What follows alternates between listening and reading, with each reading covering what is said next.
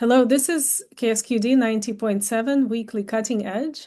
I'm your host, Galina Hale, Professor of Economics at UCSC and Faculty Director at the Institute for Social Transformation. My guest today is Evin Knight.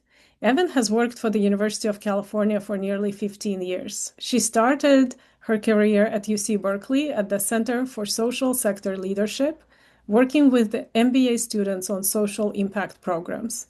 She then moved to UCSC and worked for several years at the Humanities Institute as the program manager and event coordinator before transitioning to the Institute for Social Transformation. Evin grew up in Maui and is first-generation college graduate with bachelor's degree from San Diego State University in business management.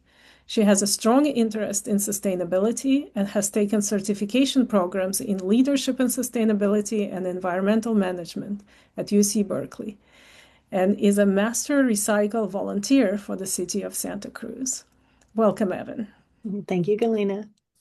So let's talk a little bit about your goals and your career. So with a degree in business management, most people go into business management, but you went into helping people have social impact. So can you tell us a little bit how that decision came about? What was your first job application like? hmm well, I didn't have a direct career goal. I just knew that I wanted to try to make a difference in the world. Um, so I had a bunch of odd jobs, and then I got into the nonprofit sector. And so I worked for a small nonprofit in Berkeley, and we were doing green healthcare kind of work where we were trying to bring in sustainability into the healthcare field. And so that was kind of my first, dipping my toe into something that wasn't just a typical corporate job, where I had worked for, a big corporation before and was not happy. Um, yeah, so what I do now is very different, but back then it was bringing in sustainability in healthcare and, just trying to protect the environment and protecting the environment and people. So by sustainability, different people mean different things. So what does it mean to you? To me, it means, you know, only using what you need, hopefully using less. Um, the little things, trying not to pollute, trying not to pollute the environment. Um, but a lot of using less and not Mhm. and trying to, I mean, that's hard to do in our world, I would say. But reducing the amount of plastic that you use and reducing the amount of resources that you're using, a lot of those kinds of things. So do you mostly these days we'll talk about your work, but in your personal life, do you have any specific tips for how one can use less plastics and just use less?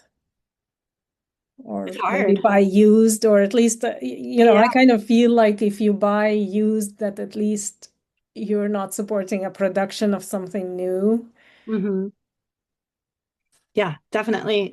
Buying used, reusing things, reusing whatever you have around the house.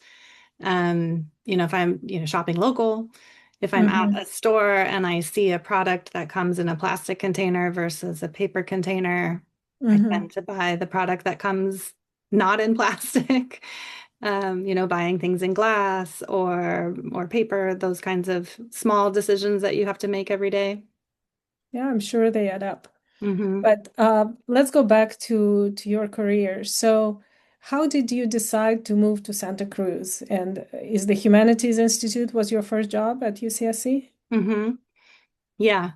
Yeah, I was just having a life change. I was living in Berkeley and life changes that were happening. And my partner lived in Santa Cruz. So Hmm.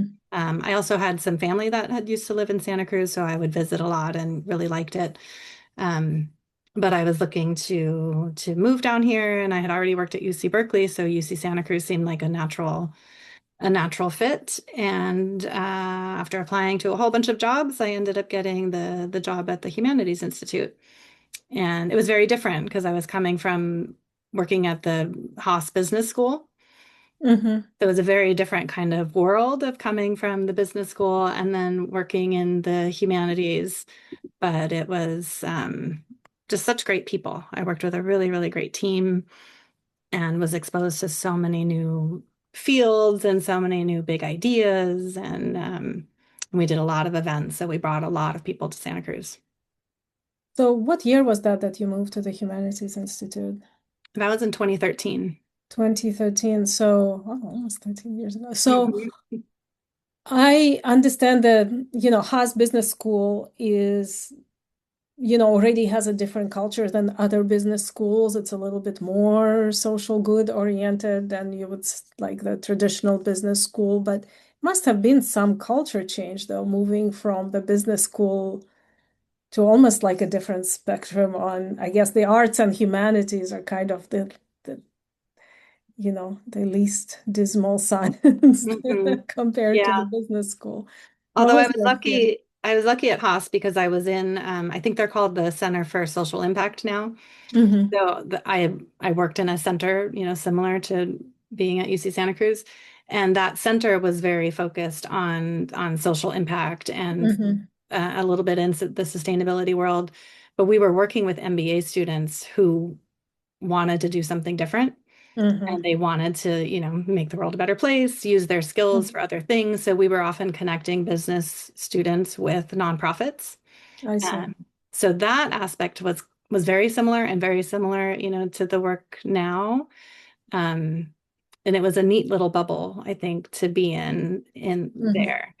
But the subject matter, I guess, was really different coming into humanities. So then you moved to the Institute for Social Transformation almost as early as it was founded, right? Mhm. How did that happen? Um, I was happy at the Humanities Institute and I loved everything that we were doing. I was just looking to grow a little bit more, Hmm. and things like social justice and sustainability and some of the other things that the Institute for Social Transformation was doing was really interesting. Uh, Hmm. it was a new institute, so that was also kind of interesting to come in and help it grow and help it become a bigger, stronger entity on campus. Um, and the job that what they were looking for just seemed to fit my skills really well. So yeah, I had been at the Humanities Institute, I think about 6 years, Hmm. 6 or 7 years, kind of in that range. So um, it just felt like a nice pivot and a way to grow into something similar but different. And yeah, that was in 2020, and then it was right before we were all sent home. Right, exactly. And also, one aspect of the work you're doing now that you did not do in the Humanities Institute is the student programs that you're running. Mhm. So, can you talk about the two programs that we have? When did they start, and what do you like about them? hmm And I did some of it in the Humanities Institute too. Hmm. We had some undergrad fellowship programs. Um, when I came to the Institute for Social Transformation, the Building Belonging program had just been sort of conceptualized, and we had Hmm. just got funding for it, but it hadn't been launched yet. So when I came in, that was one of my big projects was to get the Building Belonging program going. Can you tell the listeners who don't know what it is? Yeah. What's the Building Belonging Project? That's a program where we connect undergraduate students in, well, anywhere at UC Santa Cruz with social science faculty members to work on either research projects or service learning projects. And students are getting hands-on experience in doing research, in-depth research, high-impact research with faculty members, and they're getting paid for their time. Um, and the target, we're trying to reach students who are either low income, underrepresented, or students who haven't had these kinds of research opportunities and give them Mhm. a sense of belonging at a research university. And they also being paid scholarship. How is that Mhm. funded? We are getting funding from a private donor, a very generous private donor, and they have been, we give students up to $1,500 per quarter. And I think we've given out over $1 million at this point to students at UC Santa Cruz.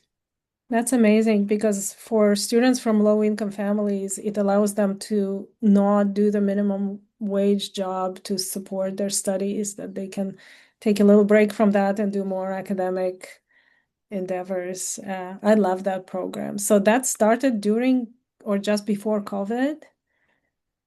It was launched, yeah, during COVID.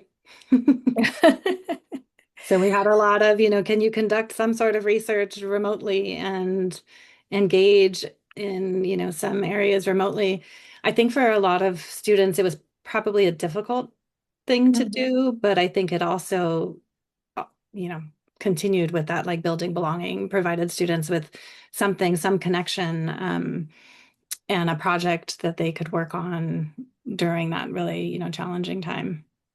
Yeah, and I think especially at the time when they couldn't stop by faculty office hours because Mhm. everything was online, having a reason to actually connect with a faculty member. With my own students, some of our meetings half the time we spent, doing a group therapy, Mhm. uh, which, I think was important, but the research project was completed anyway. So, Yeah. what about Transforming Futures? When did that start? So Transforming Future started in 2022.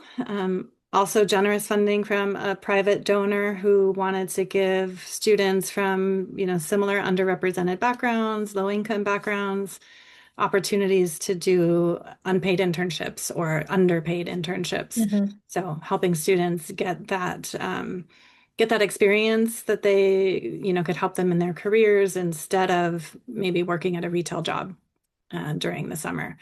So yeah, that launched in 2022, and we give those students, undergraduate students, scholarships during the summer so that they can participate in these internship opportunities. And yeah, that one is pretty amazing. And we've given over 400,000, I think, at this point, directly to students. So the students, they take unpaid or underpaid internships, mostly probably with the nonprofit sector. Is that right? A lot of them are with nonprofits or small businesses.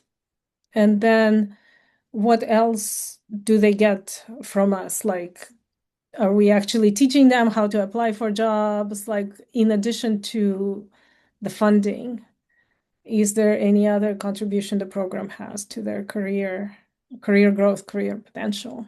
hmm We're not teaching them how to apply for jobs, but I think it gives them a safe space to go out and try something new or, cold calling some places or Mm. applying. It's definitely a challenge that students are encouraged to take on. And so I think it gives them that first step before they have to go out and be in the real world. But through the program, then we give them a lot of professional development. And then throughout the process, they have to connect with our career success office and they need to connect with other mentors. And then we provide professional development workshops throughout the summer for them, as well as peer mentoring and just really helping them figure out what their skills are and maybe what their next steps are and giving them a lot of confidence in that next career move. I would count that as teaching. Mhm. Guiding them through the job market, I think, is extremely valuable to bridge that gap between students who come from well-positioned families versus those from first-gen immigrant families with not Mhm. much network connection. So speaking of the network, I know that for both programs, there is a big uh, final event. There is the Building Belonging Showcase that's coming soon, and there is the Transforming Futures presentation. I don't know, also showcase, I guess. Um, can you talk about those and what they provide an opportunity for students to do? And also, are these open to public? They are open to the public. Um, and we do get students who like to bring their family members or friends or partners. So we'll often get some of those people attending, or people who have funded the program will come and attend. But yeah, the Building Belonging Showcase is going to be on May 13th this year at the Seymour Center down Mm. at the Coastal Science Campus. And that's where we bring in all the students who have done research projects, and they get to come and talk about their contributions to the research. So they're not always telling you in depth of what the results were, but more so, what their experience was, why it matters to them, why the research might matter to the community or to the world at large. Um, and they do 2-minute lightning talks. So they'll come and they'll do some quick presentations. We're going to probably have at least 40 or 50 students this year Oh, wow. who present. And it's really great just to see them. Uh, they get to get up there, practice their public speaking skills. They have to do a very complicated, concise talk, to get it all done in 2 minutes. And it's always very impressive. Yeah, I went to a few of those and I was always impressed. This year, my project had 7 students. So there are 7 students in 2 groups and they did different things. And I told them it's up to them how to fit it in a 2-minute talk. And one of them already went back to Italy, but he's still in touch with the team to help prepare. So I think another benefit of this, it helps students stay in touch. If their project, say, was in the fall quarter, Hmm. they have to stay in touch in the spring in order to prepare. Hmm. Because most building belonging projects involve more than one student working with the faculty, or Hmm. at least a Yep. couple. Yep. And what about transforming futures? That happens in the fall. Is that open to public as well? That one is more or less open to the public. We don't get a lot of public attendees, but we invite all the student interns to present at the end. So that would be at the end of September. And they come back and they tell us what their internship was like. We do invite any local internship organizations. Hmm. Some students are interning, out of the state and even out of the country, so not everybody can attend. But we do invite all the organizations if they want to come. And yeah, and generally the students are talking about the experience that they gained, um, what maybe how this has influenced their career choices and what they might want to do after they graduate. So if any of our listeners are interested in participating in the Transforming Futures program as an organization that hosts the interns, how do they get to be part of it? Anybody can submit an internship. We don't match students with organizations, but we do put opportunities in front of students. Hmm. So students then can apply. It's totally their choice what they want to apply to. And then they also have to apply for the scholarship funding to be accepted. But it's on our website. So if you go to transform.ucsc.edu, under student programs, there is a section for transforming futures, and there's a whole section on if you're an internship or if you want to host an internship, there's a section there on how to send us your opportunities. All right, thank you for that. So apart from the student programs, what excites you about working at the Institute for Social Transformation? Everything. We're doing such amazing work. I mean, we're really trying to transform systems and transform society in a positive way. And so supporting all of the different, not only the students, and we've supported hundreds and hundreds of students at this point, which is amazing, but we get to support a lot of the faculty who are doing really interesting research, and they're doing research completely internationally. So it's all over the world, and the impacts then are local and global. Um, and then the team that we work with is really amazing, and we have a lot of alumni who work with us, so it's just been really great, I think, for people to come through and not only get the education, but then get to, put it into practice. Yeah, so outside the Institute, I hear that you're very involved in the community life and sustainability in the city of Santa Cruz. So, uh, master recycler volunteer, I don't know what that means. So let's talk about that a little bit. Yeah, I try to be. I don't have as much time as I would like to be because I have children and a busy family life. But yes, I have tried to stay active in the community. I think it's been a couple of years, but the City of Santa Cruz has a program called the Master Recycler Volunteer Program. And so I went through that. It's a great program. It's open to, I think, anybody, at least in the city, maybe even the county of Santa Cruz. And they have a really great training program, educational program that you can go through. You learn a lot. It's called Recycling Volunteer, but really it's a lot more about, we can't recycle our way out of the predicament that we're in. Mhm. So again, it's a lot more of the, reducing things upstream. Um, and so it was, yeah, it was a really interesting and an educational program. And then once you're done, you're considered a volunteer and you're asked to volunteer at a variety of different opportunities throughout the city. So I haven't had a lot of time this year, but things like, volunteering at Earth Day or volunteering to um, go out and do different presentations, or they often need the compost bins in the city. Sometimes we need to go out and like re-sticker some of the bins and that kind of thing. So there's always a lot of opportunities there.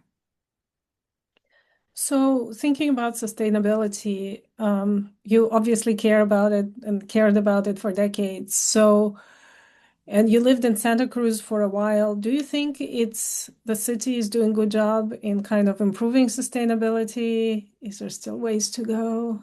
There's always more to go. Yeah, it's a complicated issue and it's not as easy as people think. And so I think the city is doing a really good job, but it is definitely a challenge to follow all the different, recycling rules or composting rules, or, it's a difficult thing to implement. But I think the city is very thoughtful in all of the different programs that they have chosen. And I believe there are new legislations coming that Mm. should help. There are things like extended producer responsibility bills that I don't know the names of them offhand, but it can't be all on the city. It's like if there's Mhm. somebody who's creating the problem, they should be more responsible for the end of life of their product. So I think some of that will be coming to help along the way. Oh, that is great to hear because, frequently I do some work in the food space, trying to get people to eat healthier. And the problem frequently is not that people don't know what the healthy food is that the options that are put in front of them do not include the healthy options, or the healthy options are not attractive. In fact, my first building belonging project was about that for the UC campus. We were asking students what prevents them from eating healthy, and frequently it's lack of access to affordable healthy food choices. Mhm.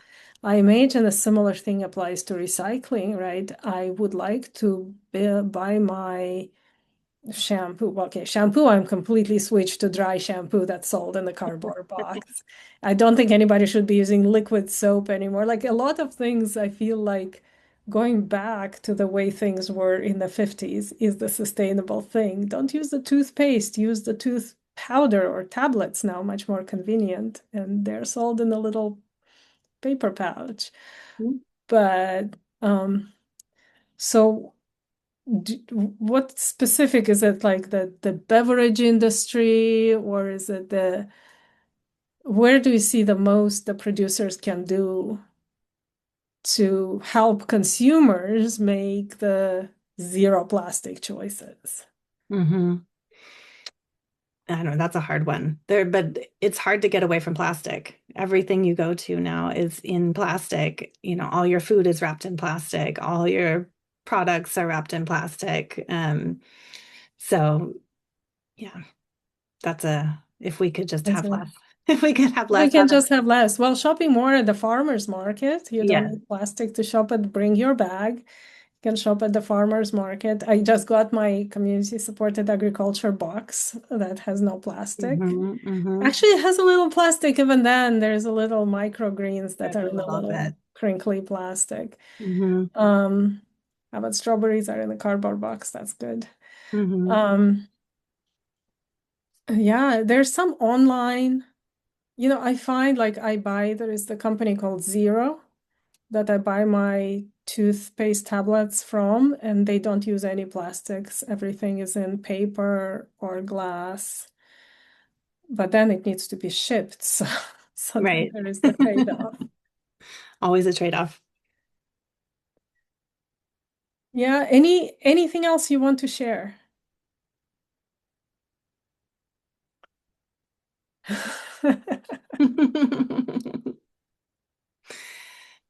Yeah, not necessarily. Um, no. Okay. All right. Well, thank you so much, Evan, for talking to us. Thank you for all the work that you are doing in the community as well as at the Institute. We couldn't have couldn't run these programs without you, and I'm sure the students really appreciate that. And it's always so exciting to see them at those events doing public speaking and, taking pictures and making friends. So thank you very much for talking to us. Thank you. This has been Cutting Edge at KSQD 90.7. I'm Galina Hale. Goodbye.